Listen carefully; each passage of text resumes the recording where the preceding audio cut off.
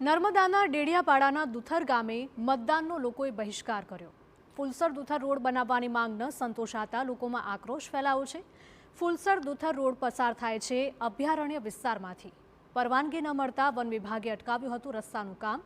RFO MLA Chaitar Vasava અને નાયબ કાર્યપાલક ઇજનેરે ગ્રામજનોને સમજાવ્યા હતા। અધિકારીઓએ લેખિતમાં બાંહેધરી આપતા બપોરે 12:30 પછી મતદાન શરૂ થયું હતું।